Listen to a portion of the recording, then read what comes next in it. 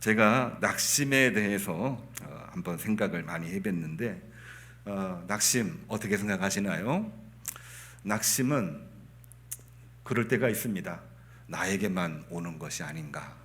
그런데 이 책, 저 책, 자료 그리고 사람들하고 대화를 하다 보면은 낙심은 결코 나에게만 오는 것은 아니다. 다른 말로 바꾸면 낙심은 누구에게나 온다. 누구에게나 온다. 힘든 사람에게도 오지만 힘들지 않는 사람에게는 더 많이 온다. 또한 성도들도 낙심이 있지만 우리 장로님들도 낙심이 있고 목회자도 낙심이 없을 수가 없습니다. 오늘날 여기저기 다 희망 이야기를 하고 있지만 희망의 동전 뒷면을 보면은 그 안에는 낙심이 있기 때문에 희망을 갖는 것입니다. 그렇기 때문에 이 낙심이라고 하는 것은 누구에게나 찾아오는 손님과 같은 것입니다. 그런데 우리는 늘 생각을 하지요. 왜 나만 힘들지? 왜 나에게만 이러한 일이 있을까? 그거는 우리 마음이 너무 지금 위축돼서 그런 겁니다. 우리 마음이 지금 상처를 입어서 그런 거예요. 그러한 때 우리는 왜 낙심하게 될까? 왜 낙심하게 될까? 한번 생각을 해볼 필요가 있습니다. 제가 책을 찾아보고 그랬더니 낙심 원인을 크게 4가지로 이야기하고 있더라고요. 기대가 너무 커서 현실과 차이가 막 발생할 때 실망을 많이 한다고 그럽니다. 2번째로는 가까운 사람과의 관계에서 상처를 제일 많이 받는답니다. 3번째로는 일이 반복되어서 지치고 무력해질 때, 변화가 없을 때 사람들이 낙심한다고 그럽니다. 4번째, 저는 굉장히 중요하게 봤는데요. 모든 문제를 내 힘으로만 해결하려고 할 때 가장 먼저 낙심을 한다는 이야기였습니다. 이 모든 내용들 어떻게 보면은 다 일리가 있는 그러한 내용인데 이 원인을 한마디로 딱 줄인다면은 우리 교우님들은 뭐라고 생각을 하십니까?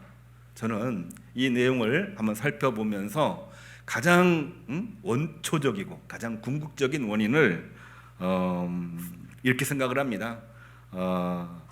나 자신이라고 하는 우상 때문에 생기는 것이다. 내가 너무 큰 꿈을 가지고 있고 현실과 괴리되기 때문에 그런 거지요. 뿐만이 아니라 내가 옆에 있는 사람에 대한 기대를 또 너무 많이 갖다 보니까 생기는 문제입니다. 뿐만이 아니라 내가 모든 문제를 해결할 수 있다라고 생각하는 순간 가장 먼저 무너집니다. 어떻게 보면은 이 내용이 뭔지 이해가 안 되기도 하지만 한 번 또한 2번, 3번 생각을 해보면은 모든 문제의 원인은 나에게서부터 나온다라는 게 여러 도서들이나 책을 찾아봤을 때 내릴 수 있는 그러한 결론이었습니다. 그렇기 때문에 우리는 내가 잘해야 되고 내가 힘내야 되고 내 능력이 최고라고 생각하는 순간 우리는 넘어질 수밖에 없는 것입니다. 그러므로 우리는 어떻게 해야 될까요? 그러한 때 솔직하게 인정을 하고 솔직하게 우리가 더 큰 그림을 가져야 됩니다. 이런 이야기를 하는 거 굉장히 중요합니다. 이런 이야기도 우리가 해오고 있고 지금도 우리가 마음속에 주문을 놓고 있는 그러한 내용이지요. 그런데 이러한 것도 중요하지만은 우리 믿는 사람들은 어떻게 합니까? 이런 때일수록 더욱더 솔직하게 하나님 앞에 기도하고 낙심을 이기게 해주십시오. 낙심을 대적하고 하나님이 주시는 새 마음으로 우리 마음을 무장할 때에 우리는 낙심을 이겨낼 수가 있는 것입니다. 이 이야기 제 이야기가 아니고요. 오늘 성경 본문에 나와 있는 말씀이에요. 고린도후서 4장 1절 오늘 승리가 읽었죠. 어떤 내용이 나와 있었냐면요. 우리가 이 직분을 받아 긍휼하심을 입은 대로 낙심하지 아니하노라. 내가 지금 너무나 힘들지만 내가 지금 도저히 감당할 수가 없지만 나는 하나님의 긍휼하심을 입은 사람이기 때문에 절대로 낙심하지 아니하노라. 사도 바울이 이렇게 고백을 했어요. 물론 조금 더 깊이 들어가면은 고린도 교회 이야기하면 우리는 4개 종파를 이야기하잖아요. 바울파, 아볼로파, 세례 요한파, 베드로파. 거기서 말씀 전하는데 얼마나 이 바울이 힘들겠습니까? 근데 바울에게 가장 힘들게 했던 것이 뭐였냐면요. 이 바울이라는 사람이 예수님의 제자가 아니거든요. 예수님의 제자는 12제자인데 예수님의 제자보다도 훨씬 더 큰 영향력을 가지고 복음을 전하다 보니까 제자들의 시기도 있었고요. 유대인들의 공격이 얼마나 많이 안았는지 알 수가 없어요. 그러다 보니까 이 바울은 늘 공격을 당합니다. 네가 정말로 사도냐? 응?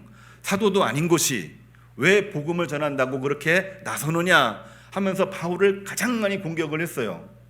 그러니까 교회 현실도 고린도 교회 참 힘든데 그러는 가운데에 하나님으로부터 부름받지도 않은 사람이 또한 예루살렘 교회로부터 추천서 하나도 받지 않은 사람이 사도처럼 행세하고 다니느냐, 이 공격 앞에 이 바울이 얼마나 힘들겠습니까? 낙심할 수밖에 없는 그러한 상황 가운데에 이 바울이 한 말이 오늘 4장 1절의 내용입니다. 우리가 이 직분을 받아 긍휼하심을 입은 대로 내가 낙심하지 아니하노라. 이 말씀이 오늘 우리 교우님들에게 주시는 하나님의 말씀이 되기를 주님의 이름으로 축복합니다. 우리 자신을 우리는 스스로 금그릇으로 생각할 때가 많습니다. 금그릇이기 때문에 생각하는 경우도 있지만 금그릇에 가까워지도록 하는 마음을 가지려고 자꾸 그렇게 마음을 먹어요.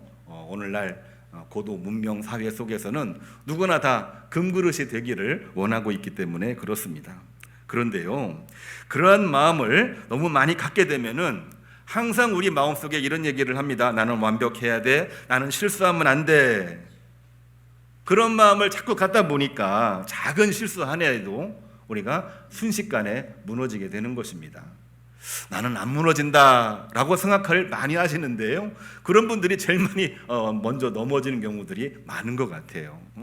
저의 이야기이기도 하고 오늘날 현대인들의 이야기이기도 합니다. 그런데 이 성경을 보면은요, 성경에서는 우리를 뭐라고 이야기하고 있는가? 사도 바울은 본인 자신을 뭐라고 얘기했냐면은요, 본인 자신을 값비싼 금그릇이라고 결코 이야기하지 않습니다. 깨지기 쉬운 질그릇이라고 이렇게 이야기를 해요. 바울도 그렇게 얘기했고 성경도 그렇게 이야기를 하고 있는 것입니다. 흙으로 빚었고요, 보잘것없는 별것 아닌 것처럼 보이는 그러한 그릇으로 이야기를 합니다. 그런데 그것으로 끝나진 않지요. 그렇게 질그릇과 같은 흙으로 만든 질그릇이긴 하지만 그럼에도 불구하고 거기에 가치가 있는 의미는 과연 뭘까요? 그 안에 귀한 보배가 담겨 있기 때문에 그렇습니다. 사도 바울은 뭐라고 했는지 아시죠? 예수 그리스도를 담고 있기 때문에 나는 아주 고귀한 그러한 존재입니다. 우리 한번 머릿속으로 생각을 해보십시오. 박물관에 유명한 도자기를 보게 되면은 그 도자기가 매우 값비싸다라고 이야기하잖아요. 우리 교우님들도 그런 취미가 있는 분들이 있으리라고 생각이 돼요. 집안에 아주 귀한 도자기, 왜 그게 가치가 있나요? 그 안에 예술성이 있기 때문에 그런 것입니다. 그 안에 도자기를 쏘에 가치가 있기 때문에 그런 것입니다. 별거 아닌 것처럼 보이지만 우리를 가치 있게 만들어주는 것이 우리 자신이 아니라 우리 안에 있는 예수 그리스도의 보혈이, 예수 그리스도의 부활이 우리로 하여금 새로운 가치를 부여해주는 아주 귀하고도 귀한 존재라고 하는 것을 이 성경은 우리들에게 말해주고 있는 것입니다. 그렇기 때문에 사도 바울이 그러한 고난 중에도 역경 중에도 낙심치 않았던 것은 뭐라고 얘기하냐면요, 내 능력이 결코 아닙니다. 내 안에 있는 복음의 능력입니다. 바울이 뭐라고 설교하면서 이야기를 했을까요? 고린도후서 4장 7절을 한번 보시기를 바랍니다. 이렇게 말하고 있어요. 우리가 이 보배를 질그릇에 가졌으니 이는 능력의 힘이 큰 것이 하나님께 있고 우리에게 있지 아니함을 알게 하려 함이라. 질그릇에 보배를 담았다는 이야기를 사도 바울은 분명하게 이야기를 합니다. 누구 앞에서요? 교인들 앞에서도 이야기를 하고 있고 자기를 공격하고 있는 유대인들 앞에서도 그 이야기를 하고 있는 것입니다. 우리 안에 예수 그리스도가 있기 때문에 우리는 흔들리지 않는 겁니다. 낙심치 않는 것입니다. 우리가 낙심할 때마다 낙심하는 이유를 외부에서 찾을 때가 참 많은데요, 여기저기 이유가 있고 정황이 있긴 하지만은 엄밀히 보면은 우리 안에 있는 예수 그리스도를 우리가 잃고 있기 때문에 낙심할 때가 훨씬 더 많은 것입니다. 사도 바울은 그랬기 때문에 고린도 교회 전서후서 다 포함을 해가지고 그러한 어려운 가운데서 나는 결코 낙심치 아니하노라 하면서 내 안에 그리스도가 있습니다. 내가 받은 사도의 직분은 예루살렘 교회로부터 인증받지는 못했지만 예수 그리스도의 부르심으로 내가 이 일을 하고 있는 것이고, 예수 그리스도의 십자가와 부활을 통해서 내가 다시 태어났고, 예수 그리스도의 부르심으로 나는 사도의 직분을 감당을 하고 있는 것입니다. 이렇게 이야기를 하고 있는 것입니다. 우리 교우님들, 요즘 다들 쉽지 않은 그러한 때라고 하는데, 우리가 힘들 때 외부에서 찾을 때 우리가 많이 힘이 듭니다. 그러나 우리 안에 오신 예수 그리스도의 십자가와 보혈로 무장을 하시고 그 안에서 승리하시기를, 그 안에서 힘내시고 그 안에서 영광 돌리시고 그 안에서 주시는 힘으로 모든 일들을 하나씩 하나씩 잘 해결해 나가시는 주의 종들이 되기를 주님의 이름으로 축복합니다. 코로나 이후에 칠서재편이 우리를 매우 힘들게 했다고 이야기를 했고, 교회 상황도 매우 어려워졌다고 이야기를 합니다. 여러 교회가 그렇습니다. 물론 그렇지 않은 교회도 분명히 있는데요. 금년 8월 달에 이러한 내용을 분석한 한 연구 보고서가 나왔습니다. 목회 데이터 연구소인데요. 8월 7일 날 출간을 했고, 또한 이것도 이제 여러 매체를 통해서 발표하기도 했어요. 제목이 뭐냐면은 부흥하는 교회와 쇠퇴하는 교회, 이러한 제목입니다. 막 격동하고 있는 때에 쇠퇴하는 교회가 너무나 많은데, 그러한 중에도 부흥하는 교회가 없는 것이 아니다. 어느 교회가 쇠퇴하고 어느 교회가 부흥하는가, 이러한 내용들을 뭐 학문적인 내용 아닙니다. 그리고 심도 깊은 그러한 내용이 아니에요. 설문조사입니다. 설문조사를 통해서 좀 더 심층적으로 분석해 내온 결과를 이야기를 하고 있는데, 부흥하는 교회의 특징이 뭐냐면요, 주님과 함께 교회가 역동성을 가지고 있는 겁니다. 다 어려워졌지만 주님과 함께, 주님을 내 마음속에 모시고 그 안에서 같이 움직이고 같이 손을 잡는 교회는 아무리 어려워도 힘을 내서 일어서는 것입니다. 한번 보십시오. 코로나 때 교회가 힘들었다고 이야기를 하는데요, 코로나 때 오히려 교회는요 힘들었기 때문에 주님 손 붙잡고 열심히 기도하면서 막 응집을 했어요. 그런데 코로나 끝나고 나서 어떻게 됐습니까? 이제 좀 해결됐다 싶으니까 그동안 여러 가지 문제들이 막 나오는데 해결이 안 됩니다. 그러다 보니까 많은 시름을 앓고 있는 게 오늘날의 모습인데, 간단하게 이야기하면은 우리 마음속에 있는 주님, 예수 그리스도의 십자가와 부활을 우리가 잃어버릴 때 우리는 언제든지 흔들릴 수밖에 없다라고 하는 것입니다. 부흥하는 교회 특징을 제가 한번 4가지로 정리를 해봤는데요. 부흥하는 교회는요, 목회자 중심에서 자발적인 성도들이 참여하는 그러한 교회입니다. 또한 부흥하는 교회는 교회 비전이 있고 적극적인 변화를 모색하는 교회입니다. 소그룹이 실제 돌봄과 사역에 열심히 참여하는 교회입니다. 다음 세대에 아무리 힘들어도 열심히 투자하는 교회가 부흥하는 교회입니다. 예배에는 주님과의 만남을 집중적으로 이야기하는 교회가 결국에는 부흥하는 교회입니다. 쇠퇴하는 교회도 한번 볼 필요가 있죠. 쇠퇴하는 교회는요, 외부 변화에 둔감하고 내적인 갈등 속에서 허우적거린다고 합니다. 목회자 중심으로만 돌아갑니다. 수동적인 교인이 많을 수밖에 없답니다. 소통이 단절되고 다음 세대에 대해서도 열심히 투자를 못합니다. 복음 영성과 관심이 점점 약해지는 것입니다. 여러 원인이 있지만 이 2가지 내용을 한번 응축해서 이야기를 해보면은, 한마디로 이야기를 해보면은, 주님이 주시는 은혜와 주님이 주시는 영성을 가졌을 때에 아무리 힘들어도 일어서는 겁니다. 주님이 주시는 영성을 잃었을 때에 우리는 아무리 잘 나가고 일이 풀린다고 해도 순식간에 무너지고 마는 것입니다. 이거 제 얘기 아닙니다. 이거 잘못 이야기했다가는 어떤 분들은 힘을 얻기도 하지만 누군가는 또 상처받을 수 있는 그러한 내용이기도 해요. 이거 그냥 데이터 조사입니다. 데이터 조사예요. 그럴 수밖에 없는 상황이 우리 주변에 분명하게 있지만 저는 중요한 포인트 하나는 잡아야 된다고 생각합니다. 뭐가 중요합니까? 중요한 거는요, 바로 그러한 때 낙심치 말고 주님이 주시는 영성을 회복하는 게 가장 중요한 것입니다. 사실은 매일매일 강조를 해도 우리가 늘 놓치고 있었던 그런 부분인데요, 은혜와 영성을 늘 사모하는 마음으로 기도하고 옆에 사람 손잡을 때 그거는 마음이 같기 때문에 되는 것이 아니라 마음이 달라도 주 안에서 하나된 마음으로 모여서 힘을 발휘하게 되는 것입니다. 은혜와 영성을 억지로 강요하는 것이 결코 아닙니다. 우리 안에 있는 가치가 내가 아니고 우리 안에 있는 가치가 예수 그리스도라는 것이 확고하고 예수 그리스도를 마음속에 모시고 믿음으로 일어서려고 할 때에 생각이 다르고 또한 바라는 바가 달라도 함께 모여서 기도하고 성령으로 충만할 때에 그 힘은 연합하여 하나님의 주시는 뜻을 이룰 수 있게 만들어 주는 것입니다.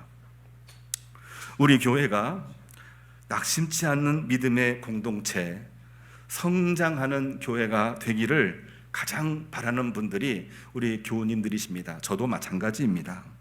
무엇이 우리들에게 가장 중요한 것일까요? 오늘 성경 말씀 고린도전서를 읽었습니다마는 우리가 창조절을 지나고 있기 때문에 창세기의 내용을 우리는 살펴볼 필요가 있습니다. 첫 번째로 우리가 관심을 가져야 되는 것은 바벨탑을 쌓지 말아야 됩니다. 오늘 본문 말씀과 연계되어 있는 본문이 바로 창세기 11장에 나오는 이 바벨탑에 관한 것입니다. 바벨탑, 높은 탑이잖아요. 바벨탑, 누구나 다 원하는 그러한 탑 아니었습니까?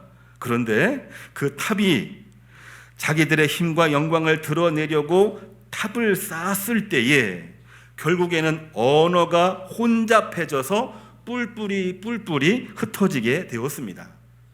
많은 분들이 질문을 해요. 높은 탑 쌓는 것이 잘못인가요? 저는 잘못이라고 생각하지는 않습니다. 우리나라도요, 저 경부고속도로 타고 서울 올라가다 보면은 저 수원쯤 가면은요, 저 이 고속도로 딱 중앙에 큰 탑이 하나 보여요. 어떤 탑 보이는지 아세요? 롯데타워 보여요. 롯데타워. 경부고속도로 쭉 올라갈 때 딱 보입니다. 야, 우리나라의 상징이다. 물론 중국 가면은, 미국 가면은 더 높은 탑이 있는데 서로 막 그 경쟁하는 그런 것도 있죠. 그것을 우리는 잘못이라고 이야기를 하지는 않습니다. 그런데 중요한 것이 뭐냐면요, 창세기 11장 4절을 보면은요, 이런 말씀이 나와 있어요. 이 탑을 쌓고 거기에 내 이름을 내고 흩어짐을 면하자. 이렇게 하면서 탑을 쌓았다는 거죠. 탑을 쌓는 것은 문제가 안 되는데 거기에다가 내 이름을 내고 그거를 통해서 흩어짐을 면하자. 이렇게 말하는 순간 하나님 마음에는 그게 마음에 들지를 않는 겁니다. 정반대로 나갔습니다. 결국 어떻게 됐나요? 언어가 혼잡해져서 그들은 서로 많이 안 통하게 되고 흩어지게 되었습니다. 교회도 오늘날 외적 규모 또한 숫자 중요합니다. 그렇지만 거기에만 집착하면은 성장하는 것처럼 보이지만 결국에는 언어가 혼란해지면서 흩어질 수밖에 없는 것, 성경이 이미 우리들에게 보여주시고 있는 것입니다. 더 중요한 것이 뭡니까?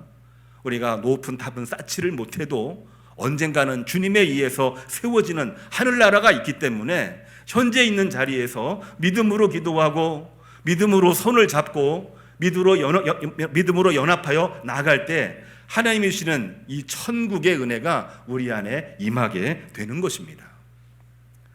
같은 얘기입니다만 다른 식으로 표현하면은요, 두 번째로 우리가 기억해야 될 것이 오직 십자가만을 바라보는 것입니다. 성장하는 교회는 자기 능력을 자랑치 않고 오직 예수님이 지신 십자가만을 높이게 됩니다. 십자가는 무엇입니까? 우리 교우님들에게 십자가 이미지는 무엇입니까? 단순히 목걸이, 액세서리로 생각하지는 않으시리라고 생각이 됩니다.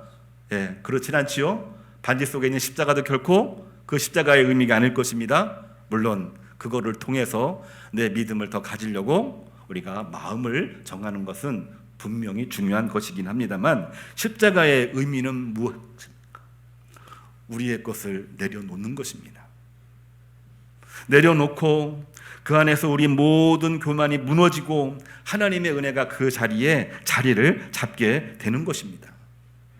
앞서 우리 바벨탑 이야기를 했는데요, 바벨탑 이야기 창세기 11장 1절을 보면은요, 본래는 하나의 언어였습니다. 하나의 언어였어요. 말이 잘 통했어요. 그러다 보니까 연합을 해서 탑을 쌓았는데 자기 이름 대며 흩어진 면하자라고 말을 하는 순간 언어가 혼란스럽게 됐는데요, 이거 누가 혼란스럽게 만들었는지 아세요? 하나님께서 혼란스럽게 만드셨어요. 하나님께서 언어를 혼란하게 하여 흩어버리자, 하나님께서 이렇게 하신 겁니다. 그리고 결국에는 흩어질 수밖에 없는 것입니다. 그런데 이 모든 흩어짐의 사건이 다시 회복되는 사건을 이 성경은 또 한 번 기록을 하고 있습니다. 우리가 잘 알고 있는 대로 사도행전 2장 8절을 보면은요, 마가다락방에서 예수님 십자가와 부활을 품고 기도할 때에 그들이 성령의 충만함을 받고 성령이 말하게 하심을 따라 다른 언어들로 서로 말하기 시작을 했습니다. 자, 말이 좀 긴데요, 사도행전 2장 8절을 한번 보시기를 바랍니다. 그들이 다 같이 모였어요. 예수님이 부활하셨습니다. 근데 부활하심을 믿고 마음속에 품고입니다. 성령이 말하게 하심을 따라 각자 자기들의 언어, 이 소아시아도 있고요, 저 아프리카도 있고요, 저 유럽도 있고, 저 중동 지역에 있는 사람들 다 모여가지고 기도를 하는데 각자 지방의 언어로 막 기도를 하기 시작을 합니다.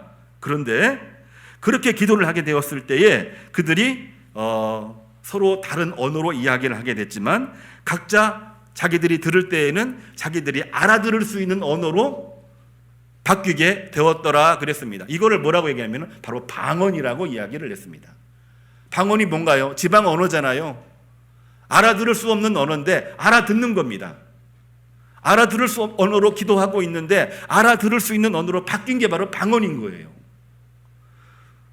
우리들의 생각, 우리들의 마음 같을 수가 없습니다. A라는 사람, B라는 사람만 있는 거 아니지요. C라는 사람도 있고요.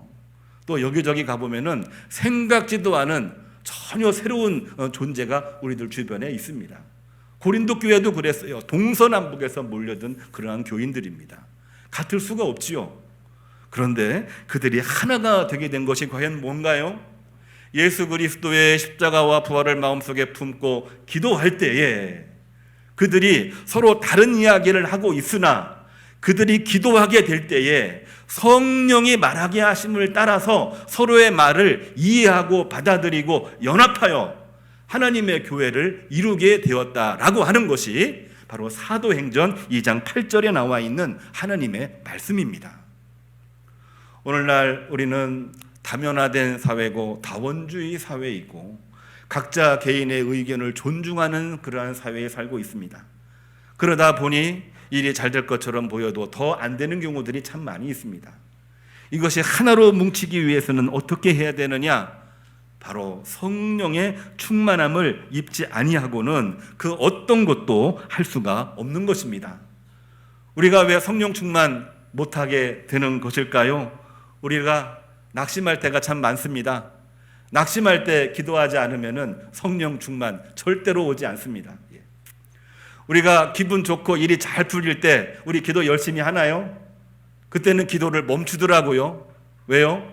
다 된 것처럼 보이니까 이미 내가 성령이 된 것 같아요. 우리는 성령이 아닙니다. 우리는 인간입니다. 내 마음에 주님을 모실 때 주님이 나를 지배할 때에 거기에 우리가 은혜가 있고 힘을 얻는 것입니다. 내가 지금 쓰러지고 낙심할 때가 참 많이 있잖아요. 그럴 때 우리는 인간 이하의 모습으로 자기를 비하합니다. 누구나 다 비하해요. 그럴 때 가만히 있으면 그냥 넘어지는 겁니다. 그럴 때 내 안에 오신 성령님을 내 마음속에 모시고 있으면 나는 쓰러지지 않습니다. 넘어지지 않습니다. 성령께서 나를 붙잡아 주시기 때문에 그런 것이지요. 바벨탑이 왜 생기나요? 바벨탑은요, 잘 되니까 우리가 높은 탑 쌓아두고 흩어짐을 면하자, 우리의 제국을 세우자 이겁니다. 하나님의 섭리를 받는 것보다는 우리 안에 있는 것을 채우려고 할 때에 결국에는 하나님께서 흩어버리게 되는 것입니다. 그렇기 때문에 저는 낙심치 않는 믿음을 오늘 말씀을 준비하면서 이렇게 이야기를 하고 싶습니다. 낙심치 않는 믿음은 과연 뭘까요? 그것은 아무런 문제가 없고 평화스러운 그러한 이야기를 하는 것이 결코 아닙니다. 낙심치 않는 믿음은요, 고난을 동반하게 되어져 있습니다. 고난 없는 삶을 약속하는 것이 아닙니다. 낙심치 않는 믿음은요, 고난을 통해서 극복이 될 때에 낙심치 않는 믿음이라고 이야기를 하는 것입니다. 그거를 이기고 날 때에 출애굽도 했고, 그거를 이기고 나갈 때에 바벨론 포로에서도 돌아올 수 있었고, 그거를 이기고 나갈 때에 예수 그리스도의 이름으로 거듭나 하나님의 자녀가 된 것입니다. 오늘날 우리가 늘 힘들다 어렵다라고 하는데 저는 이렇게 말씀을 드리고 싶어요. 바로 그때가 하나님의 성령이 임하는 때인 줄로 믿으시기를 주님의 이름으로 축복합니다. 오늘 시편 66편 10절을 보면은요, 하나님께서는 우리를 단련시키기 위해 하나님께서 우리를 불과 물로 통과하게 하신다, 이런 말씀을 주셨어요. 시편 기자도요, 하나님이 주시는 귀한 말씀을 그냥 얻는 것이 아니라 불도 통과해야 됩니다. 물도 통과해야 됩니다. 우리가 지금 그 길을 걷고 있는 겁니다. 이 통과할 때에 낙심치 말고 하나님이 주시는 힘으로, 하나님이 주시는 능력으로 우리 문제를 이기고 나갑시다. 성령 충만하며 나갈 때 하나님께서 함께 하시는 줄로 믿으시기를 주님의 이름으로 축복합니다. 우리의 약함을 숨기지 마시기 바랍니다. 자책하지 마시기를 바랍니다. 있는 그대로 하나님께 아뢰고 서로 짐을 함께 지고 주님이 주시는 새로운 힘으로 일어서서 성장하는 교회, 그리고 낙심치 않는 성도, 그리고 주님께서 이루시는 하늘나라 천국을 우리 드림교회 내에서 이루시고 승리하시기를 주님의 이름으로 축복합니다. 기도하겠습니다. 우리